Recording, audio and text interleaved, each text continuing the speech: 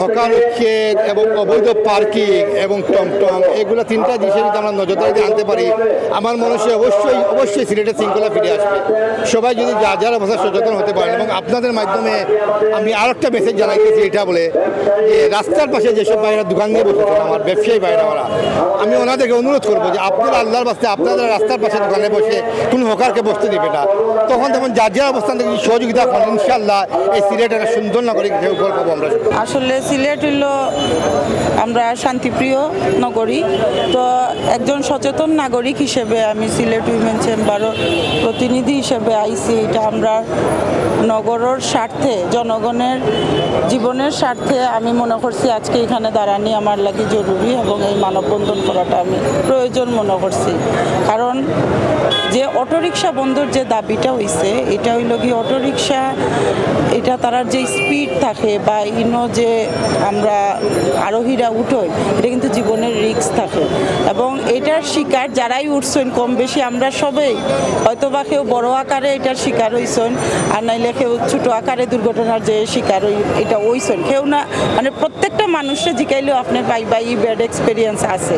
তো সেই ক্ষেত্রে আমি মনে করি মানুষের জীবনের মূল্যটা কিন্তু বড় কিচ্ছু হইতে পারে না, এই স্বার্থে অটোরিকশা বন্ধ করা অবশ্যই জরুরি। আমরা যাই ব্যাটারি চালিত অবৈধ স্থাপনা অবৈধ যত জায়গার যে কোনো স্ট্যান্ড থাকুক আগুলা উচ্ছেদ হইতো। সিলেট আমরা একটা পর্যটন এলাকা, বিভিন্ন জেলাতনে 64টা জেলাতনে মানুষ সিলেট আছে শাহজালাল শাহপরান পর্যটন যাওয়ার জন্য।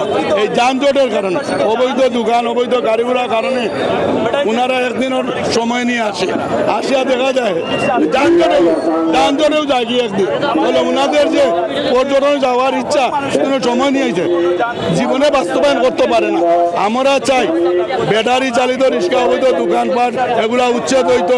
একটা কথা আছে নানি ভাই যে খান টানলে মাথা আইব, যখনই ব্যাটারি চালিত রিক্সাগুলা বন্ধ হয়ে যাব তখন তারা কিন্তু আর এটা করতে পারতো না বিক্রয়। তারা যদি সেল করিয়া যদি কেউ কিনতে না পারে তো তারা এটা কিতা করবো, তারা তো অটোমেটিকলি তারা বন্ধ হয়ে যাব।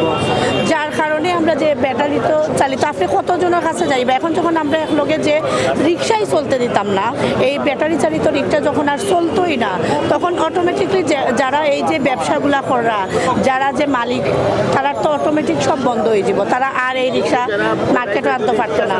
আমরা আসলে এটাও চাই যে অটো রিক্সাটা বন্ধ, কারণ সব সময় আমরা মনে করো একটা ঝুঁকির মধ্যে থাকি, মনে হয় আতঙ্ক বাইরে বাড়ইলে মনে হয় আমরা আতঙ্কের মধ্যে আছি। যেভাবে স্পিডে চালায় এরা ব্রেক ধরার আগেই দেখা যায় রিক্সাটা উল্টিয়া পড়ে যায়, তখন আমরা এগুলো খুব ভয় পাই যে প্রতি মুহূর্তেই আমরা আতঙ্ক নিয়ে বাইরে যাই। আমরা চাই অটো রিক্সা বন্ধ।